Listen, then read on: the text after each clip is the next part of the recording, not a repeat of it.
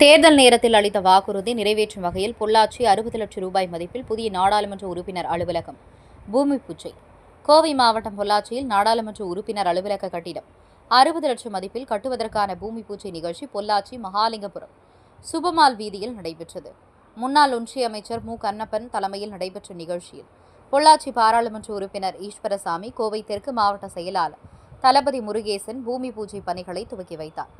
இதில் நகரமன்ற தலைவர் ஷியாமலா நவநீத கிருஷ்ணன், நகராட்சி ஆணையாளர் கணேசன், வால்பாறை நகர செயலாளர் சுதாகர், ஒன்றிய செயலாளர்கள் கதிர்வேல், தேவே சேனாதிபதி ரமேஷ், யுவராஜ், கமலக்கண்ணன் உள்ளிட்ட ஏராளமான திமுக நிர்வாகிகள் மற்றும் பொதுமக்கள் கலந்து கொண்டனர். இதனைத் தொடர்ந்து கோவை தெற்கு மாவட்ட திமுக சார்பில் வருகின்ற 27ஆம் தேதி நடைபெற இருக்கும் மாபெரும் ஜல்லிக்கட்டு நிகழ்ச்சிக்கான நோட்டீஸ் பொதுமக்களுக்கு எம்பி ஈஸ்வரசாமி, கோவை தெற்கு மாவட்ட செயலாளர் தளபதி முருகேசன் வழங்கினார்.